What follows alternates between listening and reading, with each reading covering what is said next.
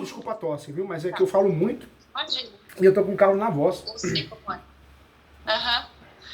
Tá. Ok, então em relação a esse caso, a gente vai ver a questão como é que vocês falam? Dos honorários e a documentação. E aí, o que eu tenho mais, Júlio? Eu tenho uma questão. O meu pai tinha um outro terreno, esse também muito antigo, no nome de uma construtora que ele teve, há 40 anos atrás. Esse terreno foi, não sei o nome juridiquês, mas o Rodoanel está passando em cima desse terreno. E existe um processo em andamento, existe um processo em andamento que o governo, sei lá quem, tem que nos pagar esse valor. Porém, mais uma vez, o meu pai fez um acordo com a minha tia, ele tem uma única irmã, ele fez um acordo. Ele deu as cotas dele para ela, porque ele tem o nome todo cagado. Então ela ficaria com toda essa questão aí, né, legalmente no nome dela, mas ainda assim essa parte é dele. Nós não sabemos como está o andamento desse processo e os nossos familiares, eu acredito que estão sendo influenciados por essa viúva, então eles estão dificultando o nosso acesso a essas informações. Eles falaram que tem coisa que eles falam que já aconteceu, que perdeu, que já pagou, sendo que a gente sabe que não. Por exemplo, a minha tia falou que já pagou esse valor pro meu pai, a gente sabe que não. Não é 30 mil reais que ele vai receber, sabe? Não é um valor que ninguém vai saber. Enfim. Então, a gente tem esse processo. Aí eu vou precisar muito levantar mais informações para te passar. Mas esse é um processo. Inclusive, lá no terreno, tem gente já construindo lá ilegalmente. Eles estão legalizando essas construções dentro de um valor, assim, irrisório. São milhões ali pra gente receber e eles estão negociando um negócio a preço de banana. Então também esse é um segundo problema, que ele não vai ser colocado em nenhum processo trabalhista, nem nada assim, mas que a gente também tem isso que tá aí, que tá parado e que a gente precisa entender o que a gente pode ter, sabe? Eu oriento, nesse caso, mandar uma notificação extrajudicial. Quando a pessoa tem medo da justiça, acaba resolvendo, fazendo um acordo, alguma coisa assim. Se a pessoa é enrolada e está acostumada, ela vai pegar e vai rasgar a notificação, né? A pessoa que é enrolada não tem medo de nada, né? E aí o ideal é você fazer o quê? Fazer uma ação que é chamada de obrigação de fazer. Essa ação de obrigação de fazer, você pode substituir pela exigir contas. A ação de exigir contas é uma ação que você vai buscar o quê?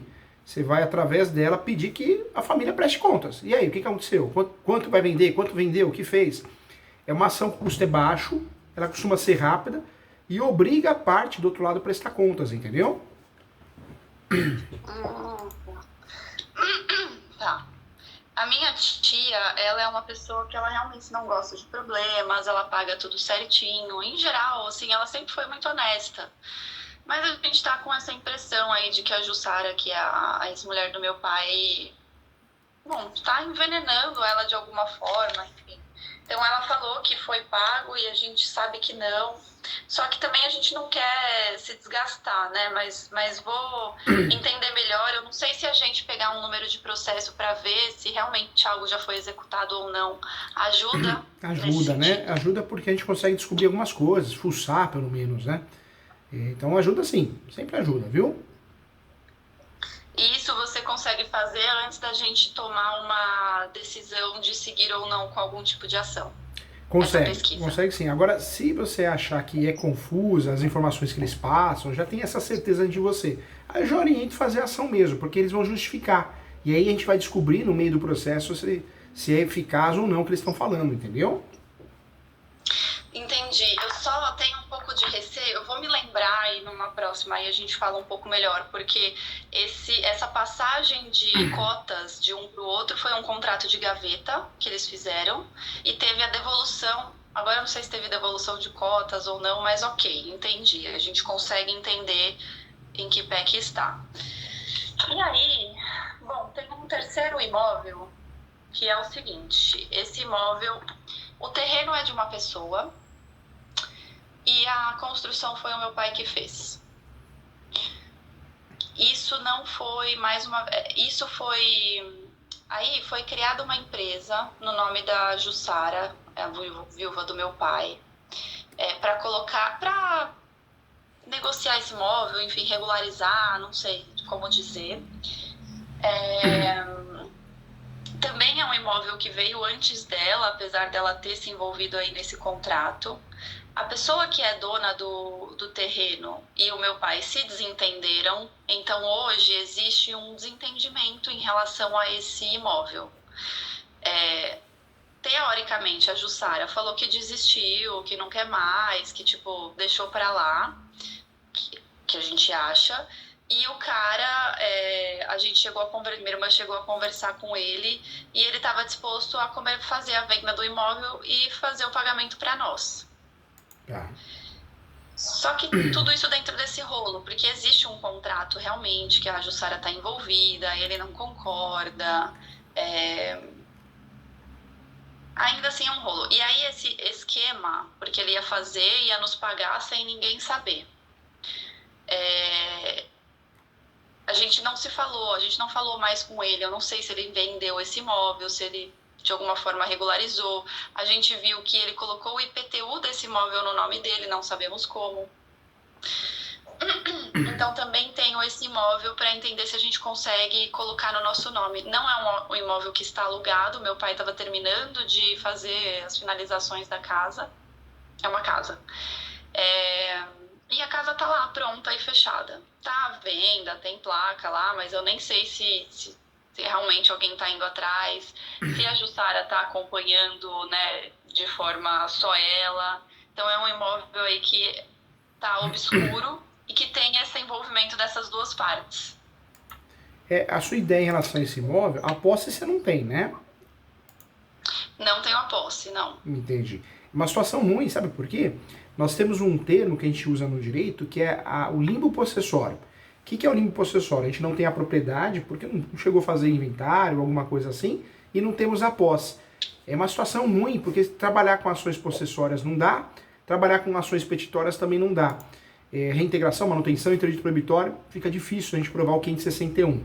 Se for para o outro lado e tentar provar as ações petitórias, a gente não consegue provar a propriedade, na reivindicatória, a emissão da posse, ação de resgate. Essa situação hoje, sabe o que seria interessante fazer?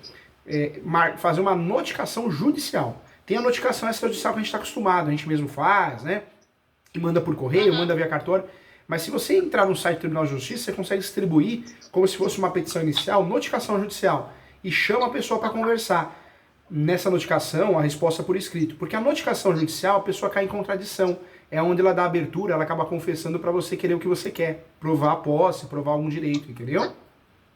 Entendi. E aí, essa notificação é pro dono do terreno ou é pra Jussara, que é a dona da empresa que está com o imóvel? Não sei falar. Mas o ideal é fazer contra os dois, para todo mundo se explicar ali e a gente conseguir chegar a um consenso. Ou um entregar o outro, entendeu? Tá. Porque na hora que você manda pros dois, um quer se livrar, o outro também. Então um acaba falando, não, é ele, é ela, acaba entregando, né? E é onde você consegue o que você queria, essa vantagem, entendeu? Tá. Nesse caso, como eu também tô com informações não precisas, talvez eu vou pegar o contrato, o último contrato que tem referente a isso e a documentação, a gente consegue fazer também uma análise e entender se realmente é essa notificação judicial, se vale a pena entrar ou não, porque o nosso nome não aparece de forma nenhuma. A Jussara era simplesmente a esposa do meu pai que colocava as coisas no nome dela, algumas coisas. Não sei se ela vai ter a intenção de nos devolver. Tem coisas com muito carinho. Você fala, poxa, o professor Júlio é advogado, ele tá falando isso, mas tem coisas que não compensa a dor de cabeça. Esse último caso que você tá me contando, com muito carinho, eu deixaria pra lá. Por quê? Porque você vai notificar, ela vai ficar com raiva, e depois ela vai querer falar dos galpões, ela vai falar, então vou cutucar ali também. Sabe, talvez o time que tá ganhando não se mexe, nada compra a nossa paz, não é? Sim. E você, pra mim, ok, assim, não fazer um negócio judicial, Em relação à ideia do cara, que é ele vender, nos passar esse dinheiro sem registro mesmo, enfim, por debaixo dos panos. Como é que você vê essa situação, essa proposta dele? O ideal é sempre formalizar. Nem que for por e-mail, por WhatsApp, o ideal é um contratinho, né? Um contrato, um recibo do pagamento, formalizar para amanhã depois, se acontecer alguma coisa, você conseguir explicar o que foi feito, né? Então, se possível, formalizar é a melhor opção, hein? Mesmo com a Jussara não estando envolvida. Mesmo com a Jussara não estando envolvida. Por quê? Porque amanhã depois ele pode querer jogar tudo para vocês, uma ação de nulidade, falar, não, elas que me induziram, não foi, ninguém foi induzido. O negócio feito entre adultos, né? Tá. Esse eu vou deixar em stand-by, óbvio, vamos focar nos galpões. Pensa direitinho. Se você quiser cutucar, a notificação judicial é uma forma de cutucar, correta, sem transtorno, mas pensa direitinho, porque às vezes é melhor deixar para lá. Diante da situação que você está me contando, eu deixaria. Focaria no que é bom. Para vocês, o que é bom? Os galpões, né? Que vai gerar receita, vai ajudar vocês. Sim, super. Tá bom. E depois eu quero falar, assim, sobre esse terreno do Rodoanel, que eu quero te passar mais informações, até pra gente ver se vale a pena. Tá bom, tá bom. Será que realmente vão ser milhões ou vão ser milhões de trabalhos apenas? Tem isso, tem que analisar. Sabe, assim? Porque o correto, né, o que teria de pagamento, realmente é um valor, assim, de mudar a vida. Agora, será que a gente realmente tem chance de provar isso? Não sei. Precisa analisar com cuidado, que nem eu atendi um cliente aqui, que ele queria fazer uma ação de reintegração de posse de parte da favela do Heliópolis. A comunidade Heliópolis, que é grande, né? Acho que só perde para Paraisópolis, não sei qual que é maior. Ele conseguiu mostrar para mim os documentos que era da origem da família dele. Mas ele ia gastar de ações, nossa, mais de 500 mil reais. Ele não tinha. Ele tinha que arrumar um investidor. Então, olha o risco. Ele acabou deixando para lá. Então, a gente tem que analisar, né? Exatamente, sim. E como já tem invasores, né, já tem coisas lá, mas também é um terreno grande que dá para separar e cada um fica com uma parte. O que pode fazer é mandar notificações extrajudiciais. E aquele que respeita vai mandar contra-notificação. Alguns vão querer fazer propósito de acordo, outros não estão nem aí, não vão querer fazer nada. Então, manda notificação só para sentir o ambiente, onde você está pisando, entendeu? Uhum, tá. Pode ser uma opção também. Tá bom, beleza. Ok, acho que de início é isso, Júlio. Se ficar alguma dúvida, manda no WhatsApp, você ganhou um amigo aqui, mais com um professor. Quero o seu bem, tô aqui para ajudar, com muito carinho, tá? Combinado, tá bom. E aí, então, quem vai entrar? A Ana Paula, né? Vai entrar em contato. Isso, pode falar com ela, pode entrar em contato pelo WhatsApp aqui, que é geral do escritório, ou ligar, o que for mais fácil, tá bom? Mandar e-mail, o que você achar interessante, tá bom? Ela vai falar de honorários, mas você vai me escrever alguma coisa, tipo, passo a passo? Vou, na verdade, o que ela vai fazer? Ela vai cobrar todos os documentos que a gente precisa. Aqueles que você não tiver, eu vou atrás, ela vai te auxiliar, ela, eu, todos aqui, viu? Tá. E uma pergunta agora. Quando o moço foi lá entregar a intimação, ele falou de um site para fazer o levantamento de processos trabalhistas. É a Arisp? O trabalhista, o ideal é fazer o quê? Pode ser feita na Arisp, mas você consegue fazer com muita facilidade no próprio site da Justiça do Trabalho. Você faz o quê? A pesquisa são duas. Uma é certidão de ações trabalhistas e a outra é a certidão de execução trabalhista. E aí eu vou ter os valores, eu vou ter acesso a isso ou só o que, tipo, tem 5 processos? Você vai ter acesso a todas as ações em andamento e aquelas que já têm execução. Tá. Porque eu queria entender qual que é o tamanho dessa dívida aí no nome dele, pra gente entender se a gente segue com coisas ou não, sabe? A gente vai ter mais dívida ou mais dinheiro? É bom dar uma fuçadinha. Entra no site do seu trabalho e aí você consegue solicitar essas duas certidões. Se tiver dificuldade em alguma coisa, você me fala, aí eu faço por aqui para te ajudar. Tá, beleza. Será que deixa eu olhar na anotação. Olha aí, olha a colinha aí. No nosso contrato atual com as locadoras, elas são responsáveis pelo IPTU.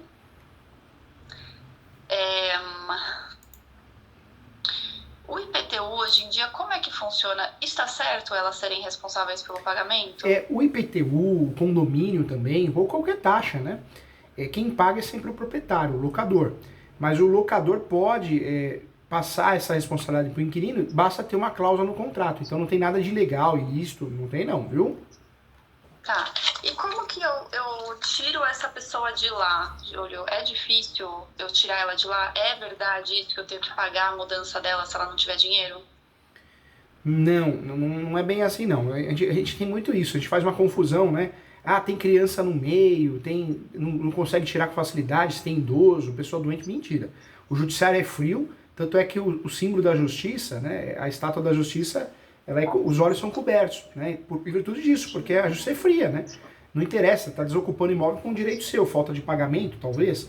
Então, isso não é motivo. As pessoas são maldosas, elas alegam. Por isso é importante você fazer uso campeão. Eu tive um caso aqui no escritório que o cliente comprou um imóvel pela Caixa, e ele foi morar em outro imóvel com a família.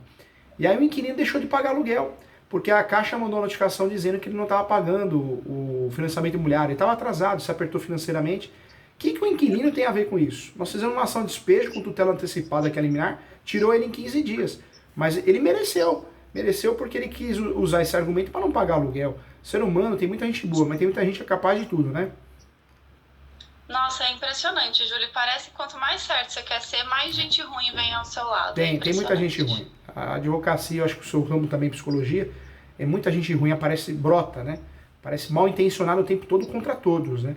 Mas acho que o bem vence. Vamos continuar acreditando nisso. A gente não pode deixar de acreditar nisso, né? Senão a gente fica chateado, né? Sim, fica. E você tem um advogado criminal para indicar? Eu ano passado eu indicava, mas eu fiquei com trauma de indicar. Eu indiquei muito topógrafo. Aí o topógrafo ia lá, fazia a medição do imóvel, bebia. Então eu tenho muito receio. Quando é casos criminais complexos, normalmente eu indico um professor, porque eu gosto dele, acho que ele é boa pessoa, ele trabalha direitinho. Quando é alguma coisa vinculada a imóveis, nós fazemos por aqui. É o direito criminal imobiliário, né? Então depende do caso. No caso desse suposto advogado, eu adoro essa palavra, suposto. Ele é com você ou é realmente um criminal? Como tem a ver com bens, né, dá para fazer por aqui. Por quê? Porque tudo que envolve bens é direito imobiliário. Desde a parte ambiental, criminal, incorporação, registral, regularização, então tem conexão com o direito imobiliário. Então dá para fazer por aqui. Porque aí seria uma denúncia criminal porque ele cometeu um estelionato em virtude dos galpões, dos imóveis, né? Ele omitiu imóveis, né? Sim. E essas gravações que a minha irmã fez, elas são válidas ou não? Eu não sei se necessariamente ela pediu para gravar. Entendi.